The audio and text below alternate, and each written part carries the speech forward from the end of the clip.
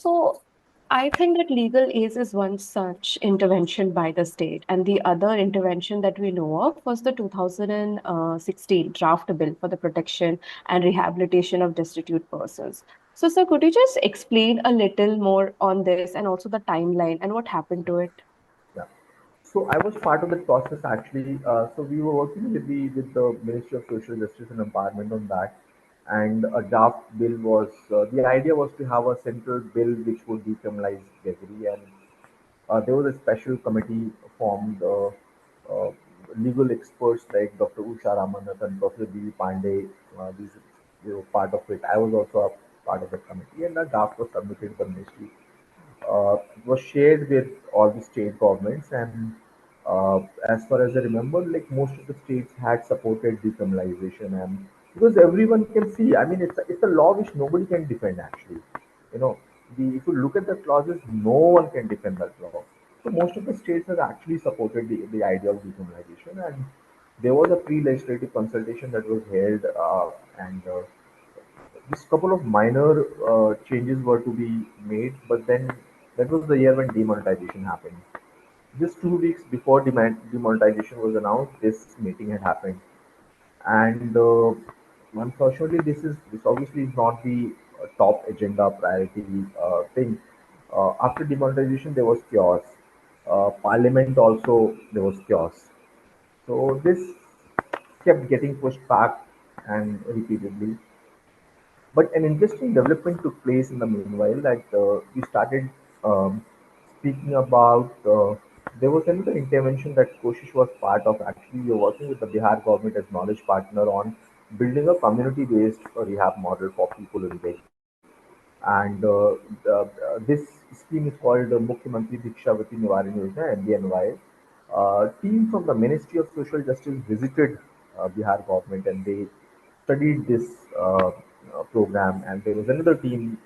They gave their reports, and there was another team which visited them. And we had a series of meetings in Delhi with the ministry officials, where it was decided that okay, let's work towards a community-based rehabilitation scheme. So then we worked on the scheme, which is now being implemented with the name of Smile. And Smile scheme has two components. One is for the people who are engaged in the act of beggary, and the other is for people rehabilitation of trans persons. So the beggary part is where we were part of, and it was piloted in 10 cities, and but that's the year when COVID hit us. So again, uh, COVID priorities changed, and obviously it was required. Uh, but even then, the wherever whatever phases of this pilot phase could be completed, the results were very clear. And then 2 years back, Ministry launched a full-fledged scheme, Smile, which is I think is being implemented in around 70 municipal corporations, and doing fairly well. I don't have updates on how it is being doing exactly, but at least there's a legal instrument, which there's an acknowledge from the way the scheme is drafted is very progressive, and uh, certain officials in the ministry played a very key role in doing that. See, laws like this or schemes like this will never get pushed unless there's an officer driving it. So the joint secretary in the ministry was really behind pushing for this, and the then secretary Subramaniam sir and Radhika Chakraborty was the joint secretary. Uh, they really got the scheme out, and the resources allocated. Many schemes now one is hoping that states will see central government bringing in a scheme which is principles are decriminalization. So a scheme is does not criminalize people. The principle is the rehabilitation. There is no involvement of the police. There is no involvement of the courts. The idea is that these people are caught in the cycle of hardships. State support, society support is required to take them out of it. That is the very simple approach that has been taken in that scheme, and the results are good, very promising. Years of custodial interventions have not shown us the results of people getting back to dignified lives. Then this scheme is already showing. There are people who are able to uh, get back to control of their lives. They're working. they are doing, earning, taking care of their families. Only the people who had mental health issues or elderly people who have been abandoned. Now these are always going to be the population that you have to take care of. Now it is up to the state, up to the society if you want to label them as something and then keep putting them inside custodial homes and say that they are a threat. Imagine like an 80-year-old woman who barely see for 20 meters. You are punishing her for 10 years detention, saying she's running an organized.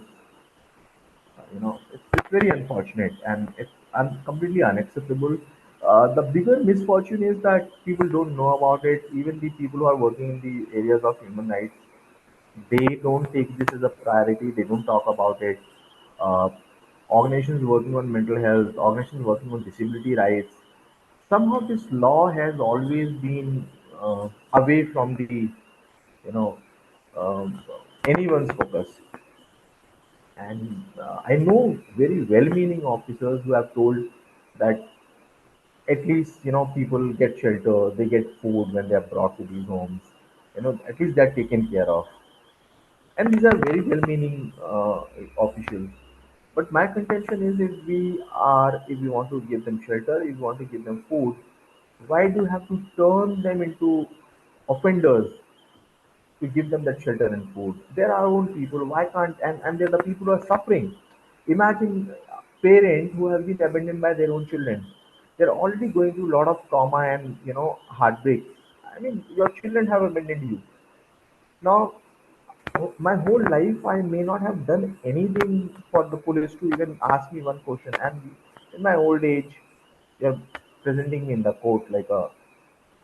I mean, it's you're just hurting me. I have not done anything. Just because I'm old, I'm helpless, I'm powerless, I'm voiceless, you can do whatever you want to do to me. Otherwise, if I had any voice, if even if there's a say, for example, like a lot of people say that there are organized gangs.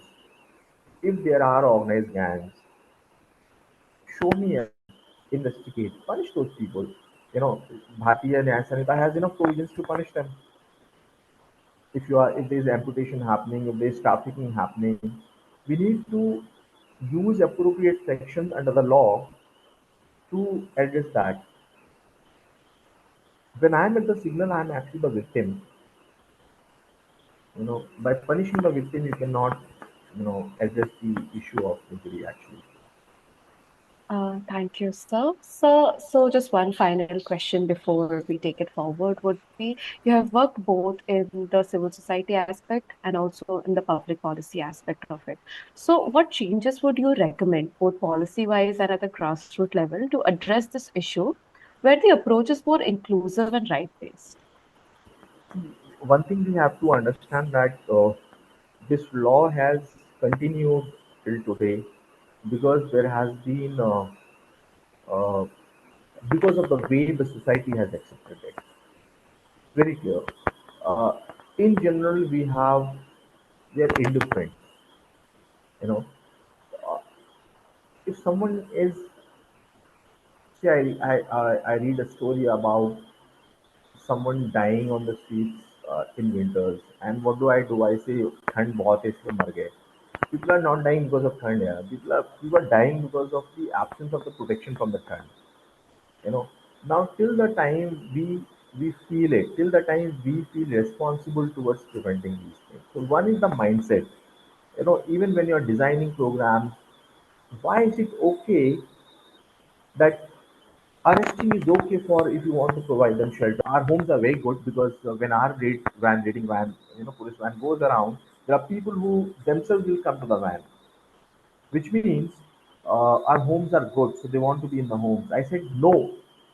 It should be a matter of really a concern for us that in order to survive that weather, the person is forced to get himself or herself arrested. It should really disturb us because the person wants to live because he knows that ठंड बहुत है या लू है. No one is dying of loo just like that because you can't protect yourself. That's why you're dying. So when we take pride in so the first thing that is required is the change in the in the perception that we have, the change in the perspective that people have around homelessness. We see them as being they are being unwanted for us. We don't care if there's a group of people living under a bridge for say 10 years, you have been seeing them for 10 years. One day, if that entire group is replaced with another set of people, you don't even notice. That's the level of insignificance that these people have for us. Unless this is changed, I think nothing will work. So this is one, the general apathy that we have, because this change itself will also make state respond. Now coming to the state and the public policy, when we are willing, when we are anyways providing, institutions also house people, so they are providing shelter, you are providing medicines, you are providing food. Why we cannot do this without criminalizing people? So the same elderly person whose experience is or the feeling is, okay, my children have abandoned me, and because of that I'm standing here like a criminal. The same person, his or her hardship won't be reduced, but probably he may experience this entire thing differently. Okay, my children have abandoned me, but state is taking care of me. But I've been brought to the shelter home. Someone is taking care of me. Also, with this change in the perspective, there would be a change in how these people are being treated inside the institutions. See, a 30-year-old constable does not mind hitting a 65-year-old person because he does not see them as an elderly person. He sees him as an offender. Whereas if the same constable, same caretaker is appointed at a rehabilitation home or an old age home, he won't be hitting the person so easily. I mean, you'll feel 70 साल का आदमी मैं इसको कैसे मारूंगा? But it's the legal identity of the person which is enabling you to hit that person, because you do not see this person as an old person, you see this person as an offender, and therefore you do not feel any discomfort in hitting this person. Because in your head you believe that this person has been sent to this institution to serve punishment. So hitting is part of making him go through that punishment. So I think it's the logistical part is simple. It doesn't require too much. We are anyway spending that those kind of resources because we are maintaining these institutions. So it's not the resources, it's not the logistics, it's a mindset. It's how we see these people.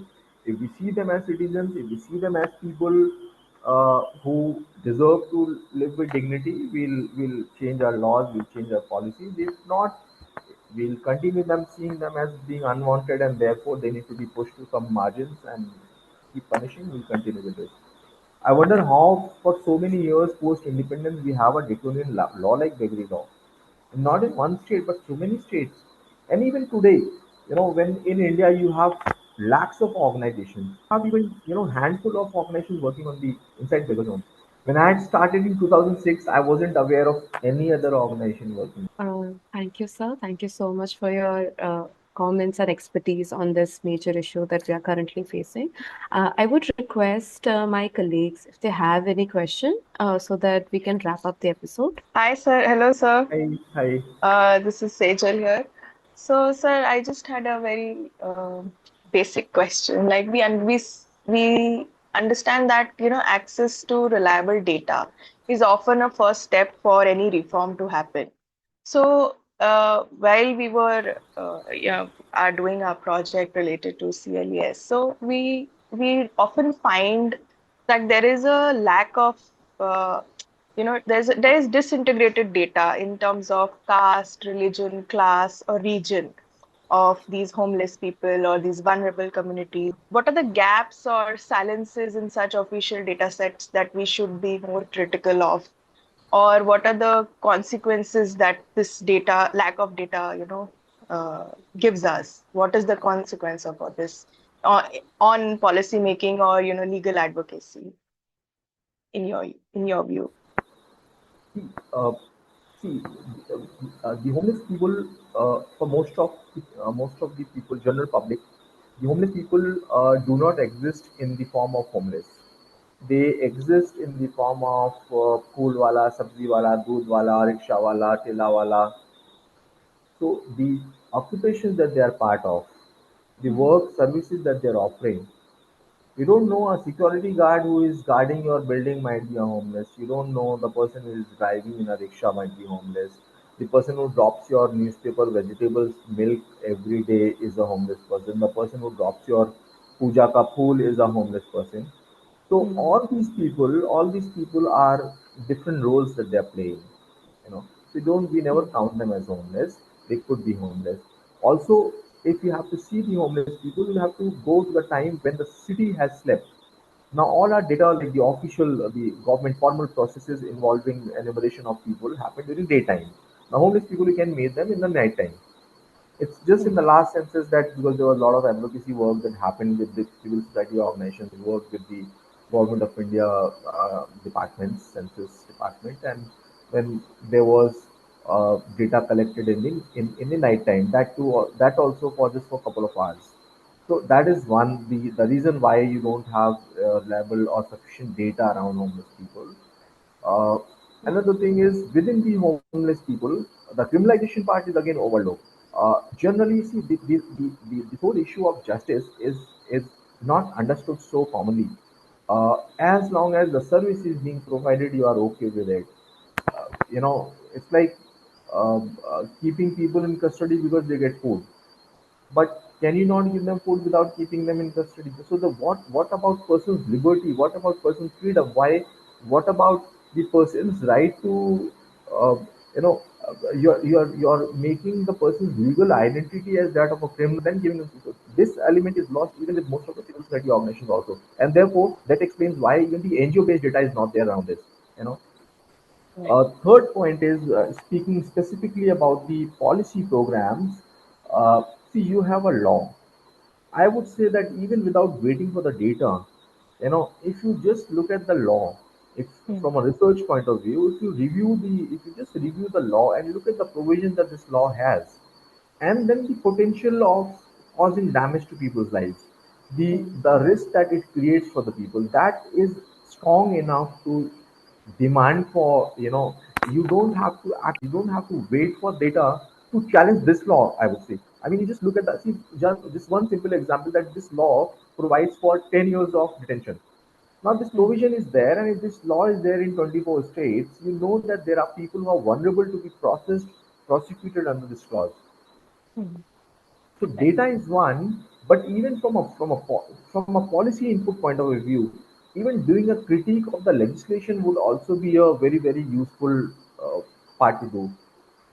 And I'm willing to be part of any such process where we can do this. See, just looking at I completely agree that data is critical, but just doing a review, a critique of just evaluating this law, examining the law, the clauses that it has, and what it means in the context of homelessness, we'll see that the arguments that you find would be enough to actually question the legitimacy or the even even the constitutional validity of the whole law, because it has very contradictory clauses. That's understood.